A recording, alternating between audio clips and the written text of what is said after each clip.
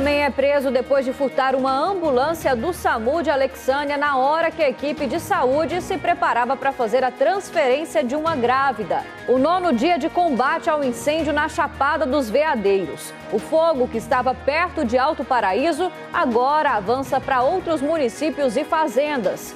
Para a polícia, os incêndios são criminosos. Você vai ver também o desespero quando as chamas atingem um assentamento no sudoeste do estado. Olha como é que fica isso aqui.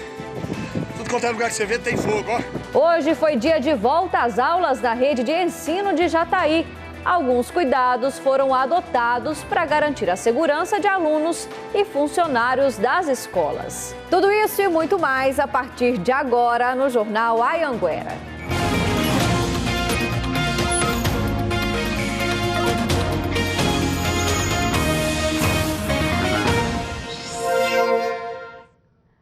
Olá, boa noite para você. Agora 7h10. Muito bem-vindos ao Jornal Anhanguera de hoje. A gente começa essa edição te mostrando que o Comando de Operações de Divisas, o COD, apreendeu uma grande quantidade de remédios irregulares. A carga estava seguindo para Tocantins. Esse assunto é para o Tiago Costa, que chega ao vivo de Porangatu e tem mais detalhes dessa apreensão para a gente, né? Boa noite para você, Tiago. Boa noite, Gabriela. Boa noite para todos que acompanham a gente. Foram apreendidas 830 caixas de um remédio e 3.000 ampolas de um outro tipo de medicação.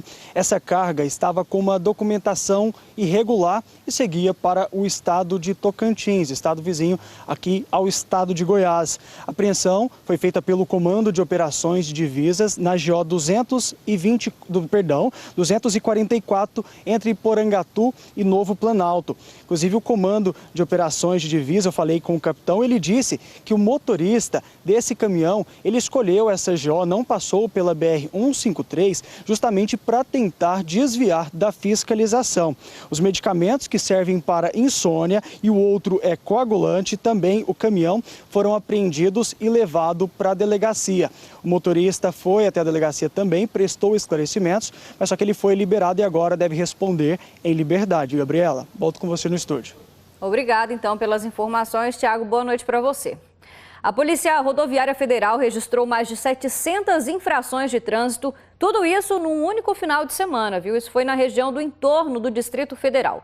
Entre os principais flagrantes estão as ultrapassagens proibidas. Com o início das operações pela Semana Nacional de Trânsito, a Polícia Rodoviária Federal registrou só neste último final de semana 748 infrações de trânsito nas vias que cortam o entorno de Brasília. 34 motoristas foram multados por dirigir sob efeito de álcool. Na BR-070, um caso chamou a atenção. Foi um caso em que o condutor se envolveu em um acidente de trânsito em Águas Lindas de Goiás e saiu dirigindo como se nada tivesse acontecido pela BR-070 na tarde de sábado. Os policiais observaram que o carro dele estava bem avariado e o abordaram. Ele sequer se lembrava que havia se envolvido no acidente. Ele fez o teste do etilômetro e acusou o valor de 1,43 miligramas de álcool por litro de ar alveolar, quase 5 vezes o índice estabelecido para crime. As ultrapassagens indevidas, que representam 30% dos acidentes fatais todos os anos aqui em nosso país, também foram os casos mais registrados pela PRF nesse último final de semana aqui na região do entorno. Ao todo, foram 126 motoristas flagrados cometendo esse tipo de infração. Na BR-020, que liga Formosa a Brasília, motoristas foram flagrados transportando crianças sem a cadeirinha e passageiros sem o cinto de segurança. Ao todo, foram 114 casos assim. As fiscalizações da PRF vão continuar nos próximos dias, com o objetivo de conscientizar motoristas e pedestres. É importante que cada cidadão tenha em mente que a responsabilidade do trânsito, a segurança do trânsito, é de todos. Muitas infrações, né, gente? Olha só essa história difícil, daquelas que a gente nem acredita, viu? Um homem foi preso depois de furtar, sabe o quê, gente? Uma ambulância do SAMU de Alexânia. Vê se pode. Isso aconteceu quando a equipe estava se preparando para fazer a transferência de uma grávida de Alexânia para Anápolis. O assunto é para o Jonathan Moreira, então, que chega de Anápolis para contar para a gente. Eu quero saber aí, Jonathan, se ele explicou, não sei nem como, se tem como explicar uma história dessa, né? O que ele deu na cabeça desse homem aí para furtar? Para você também, Gabriela, para todo mundo que está assistindo a gente, é uma história absurda, né? Como você disse, né? Essa ambulância estava estacionada na parte de urgência e emergência do Hospital Municipal de Alexânia. As câmeras de segurança registraram a ação do suspeito de 24 anos que chegou por ali, ficou disfarçando, mexendo no orelhão. Depois ele caminha até a ambulância e foge com o veículo. A Polícia Rodoviária Federal fechou o cerco e esse homem foi preso na BR-060, já chegando aqui em Anápolis. A justificativa desse homem foi o seguinte: para os policiais, ele disse que levaria essa ambulância para uma comunidade aqui em Anápolis mesmo. Segundo o suspeito, os moradores dessa comunidade, eles eram carentes e precisavam de um veículo de socorro. A Prefeitura de Alexânia confirmou o furto e disse que o veículo foi recuperado e já está inclusive disponível para atendimentos. A título de curiosidade, a grávida conseguiu ser transferida, viu, Gabriela? Que bom, né? Pelo menos isso. Jonathan, muito obrigada pelas informações. Rio Verde, no sudoeste do estado, conseguiu chamar todas as pessoas dos grupos prioritários para a vacinação contra a Covid-19. O problema, gente, é que nem todo mundo foi lá para garantir a dose da vacina. Mas ainda dá tempo, viu? É que está rolando a repescagem em Rio Verde. A Idalide sabe da gravidade da Covid. Ela perdeu um filho de 41 anos para a doença. Assim que soube que poderia tomar o reforço da vacina, veio garantir a proteção. Eu já vinha garantir para ficar protegida, para me ajudar a proteger as outras pessoas. A dose de reforço para idosos acima de 70 anos está sendo aplicada em 5 pontos da cidade: Laranjeiras, Valdeci Pires, Bairro Martins, Anhanguera e São Tomás. Nós conseguimos um avanço, que é vacinar pelo menos com a primeira dose, só que a vacina agora não para, né? Então é importante aquelas pessoas que receberam a primeira dose, que fiquem atentas no seu cartão de vacina, para que no momento adequado procure a unidade de vacina para receber a segunda dose, ou, se tiver disponibilidade para aquela faixa etária, a dose de reforço. Quer uma boa notícia para essa segunda? Então escuta essa. Rio Verde já conseguiu pelo menos chamar todos os grupos prioritários indicados pelo Ministério da Saúde para vacinação contra a Covid-19. Infelizmente, nem todas as pessoas que foram chamadas, de fato, tomaram a vacina. Por isso, continua sendo feita aquela repescagem para quem perdeu essa chance. Quem perdeu o dia de tomar a primeira dose deve ir no Núcleo de Vigilância em Saúde. No mesmo lugar está sendo aplicada a segunda dose também. O seu José Rafael já fez a parte dele. Aliguei total. A Anhanguera, a menor cidade de Goiás, também anunciou que terminou a primeira etapa com a vacinação de adolescentes de 12 a 17 anos. 71 adolescentes foram vacinados. Só reforçando então que a vacinação em Rio Verde continua, e aí quem deixou de tomar a primeira dose ou ainda falta tomar a segunda, tem que procurar o postinho então de vacinação, ficar de olho na data que está aí no seu cartão de vacina, viu?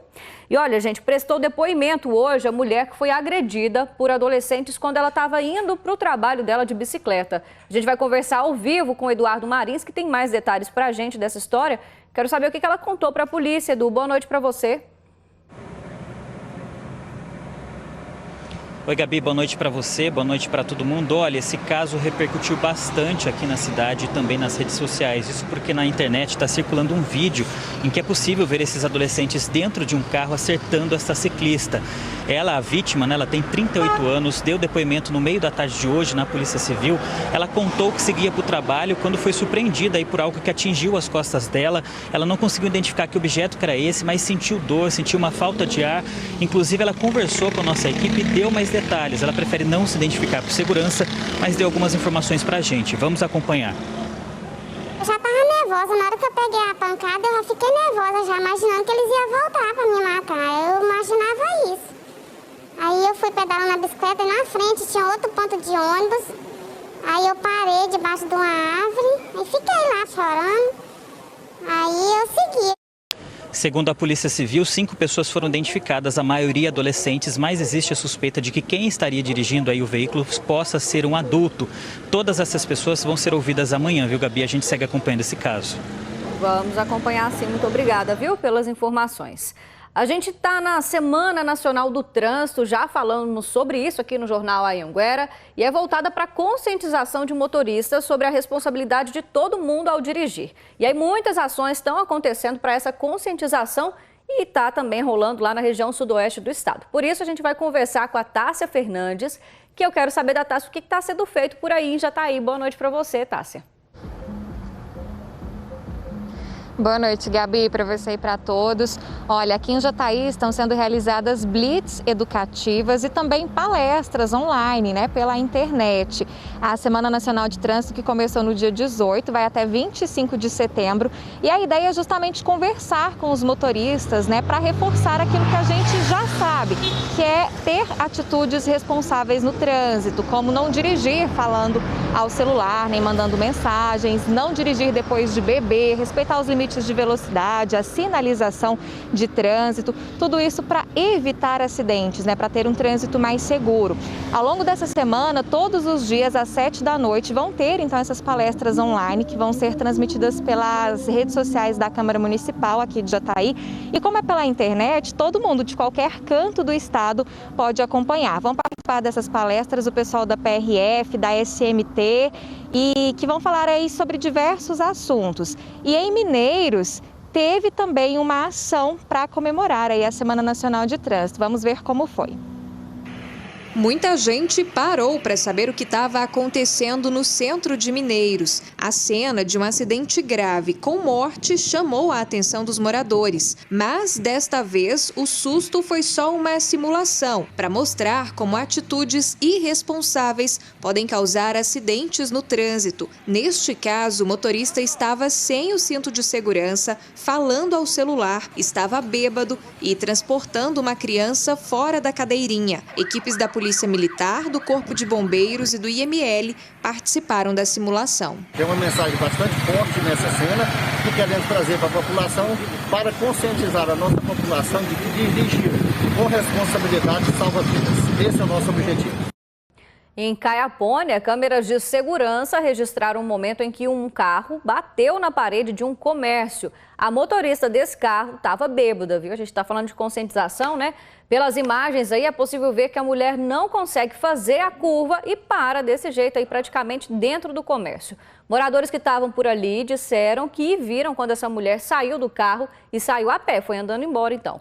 Pouco tempo depois desse acidente, uma equipe da Polícia Militar recebeu a informação de que a mulher teria dado entrada no hospital de Caiapônia e foi feito lá o teste de bafômetro nela e comprovou então que ela estava mesmo bêbada, viu?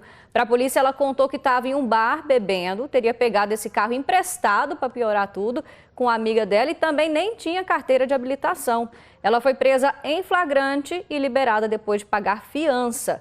Já o carro foi apreendido e levado para o pátio da Polícia Militar. Quanta irresponsabilidade, gente? Você aí de casa tem o sonho de ter aquele pedacinho só seu, a casa própria? Se sim, viu? Fica atento então que tem mudança que pode te ajudar agora a conquistar esse sonho. É que a Caixa anunciou mudanças no financiamento habitacional e por isso a gente vai saber da Aline Braga, direto de Catalão, que vai explicar para a gente quais são essas mudanças, quem vai se beneficiar de tudo isso. Boa noite para você então, Aline. Oi, Gabi, boa noite para você, para todo mundo que está acompanhando a gente. Pois é, como você disse, muita gente sonha com a casa própria. Quem sabe, então, chegou a hora, A Caixa anunciou mudanças no financiamento e a gente até preparou uma arte para o pessoal de casa entender direitinho. A principal mudança é a redução nos juros, uma redução de quase 0,5%. Caiu de 3,35% para 2,95% ao mês. E aumentou também o prazo para pagar, agora pode chegar até 35 anos. E a carência de 6 meses.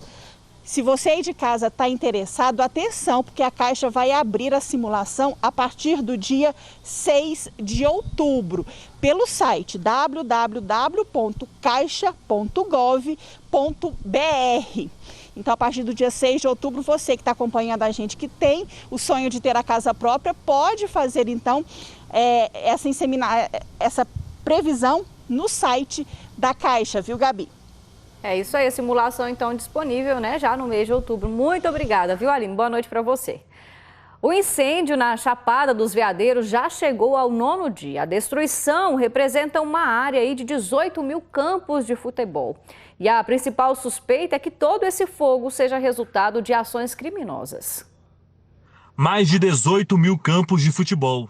Esse é o tamanho da área destruída pelo fogo em 9 dias na Chapada dos Veadeiros. Hoje a gente está entrando no 9º dia de combate. Os esforços estão concentrados no extremo norte do parque, nacional da Chapada dos Veadeiros, ainda na região da APA Pouso Alto, na região aqui conhecida como Cascata.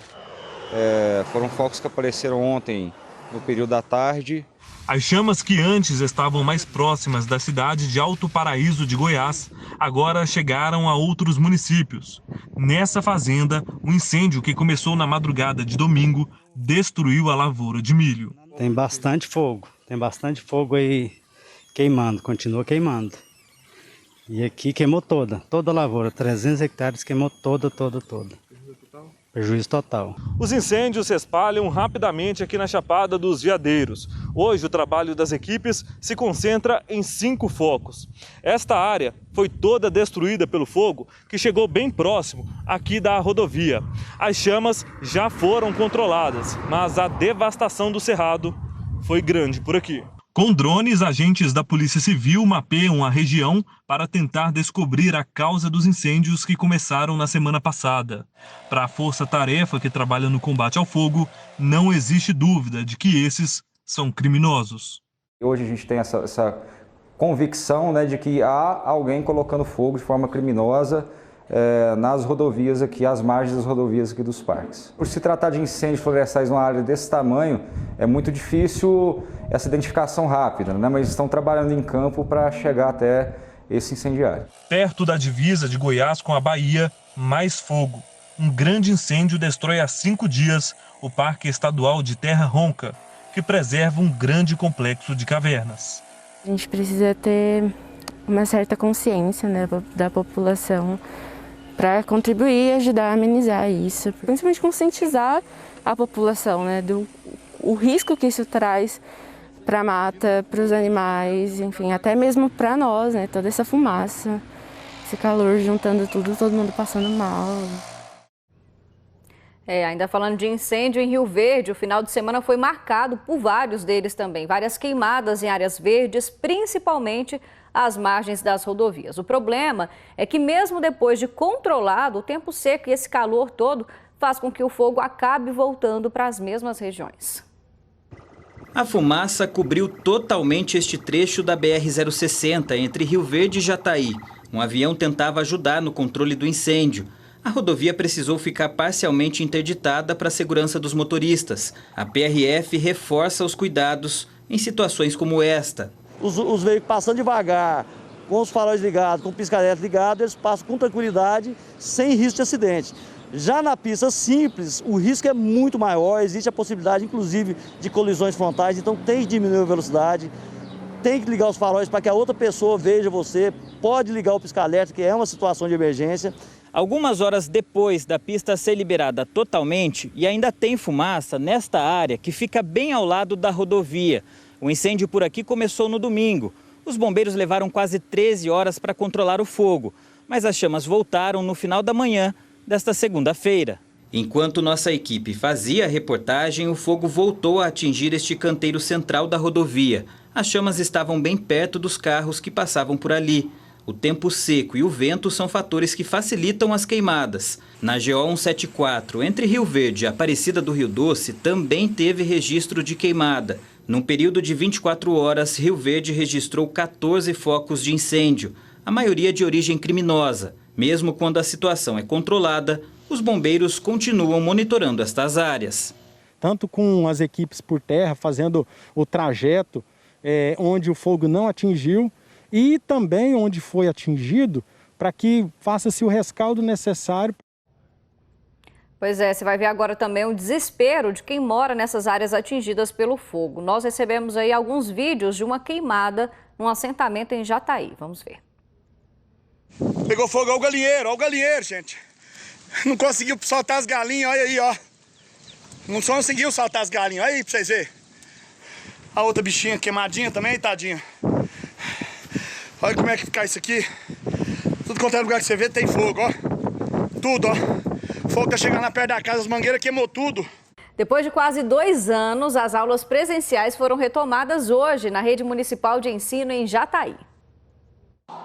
Nessa escola, do 1º ao 5º ano, 185 alunos optaram por retornar às aulas presenciais. As salas foram preparadas para receber os estudantes, com mesas marcadas para manter o distanciamento, álcool gel e teve mudança com o fim do horário do recreio. Na sala, o professor orientou passou todas as informações, como que vai proceder, com distanciamento, a ida ao banheiro, né, as saídas das salas. Então, assim, tudo foi orientado por todos os professores em todas as suas salas. Em Jataí, as escolas ficaram fechadas por 1 ano e 7 meses. Mas para esse retorno ficou determinado algumas restrições, como a capacidade máxima de 50% nas salas e um revezamento semanal entre as aulas presenciais e aulas online. O horário da saída foi separado por turmas, para evitar aglomeração. A Roberta diz que sente segurança em permitir a volta do filho às aulas presenciais. A criança, a orientação dela é melhor do que de um adulto. Tanto é que ontem eu falei pro meu filho, o que é que você não pode de jeito nenhum? Ele, mãe, eu não devo tocar no coleguinha, eu não devo aproximar do coleguinha. E o Luiz Miguel, de 8 anos, sabe mesmo desses novos protocolos na escola. Nós não podemos mexer em nada, nós não podemos mexer em nada dos colegas, nós não podemos passar nada, nós não podemos se abraçar e tem uma mesa de distanciamento. Anápolis está sediando o Campeonato Brasileiro de Paraquedismo. Tem gente aí que está em busca de uma vaga na competição mundial. É no ar que o seu gaúcho se sente mais jovem. O paraquedista de 70 anos é do Rio Grande do Sul e viaja o Brasil participando de competições. A gente se diverte e não pensa em nada mais. Para quem gosta de aventura, do Sul até Anápolis é um pulinho, literalmente. Esta é a primeira vez que Goiás recebe o Campeonato Brasileiro de Paraquedismo na modalidade formação em queda livre. A estrutura disponível no aeroporto de Anápolis chamou a atenção da confederação. Tem outro quesito que fez a cidade sair na frente, a localização. É que Anápolis está praticamente no coração do Brasil. Disputar um campeonato numa região central do país, com a participação de diversos estados, coloca essa escola, essa localidade, como um lugar logisticamente favorável, porque encurta a distância de todo mundo. Homens e mulheres compõem os times. Essa equipe veio do Rio de Janeiro e tenta uma vaga no Campeonato Mundial de Paraquedismo. O mais importante nesse caso é a formação geométrica da figura.